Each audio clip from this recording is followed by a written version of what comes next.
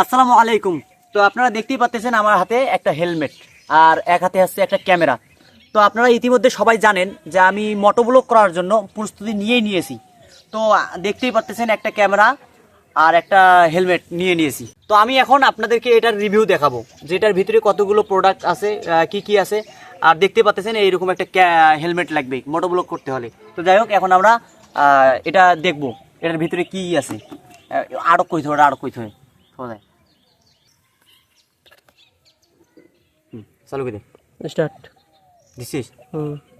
তো সাধারণত দেখতেই পারতেছেন এটাই হচ্ছে আমার স্বল্প বাজেটের একটা ক্যামেরা।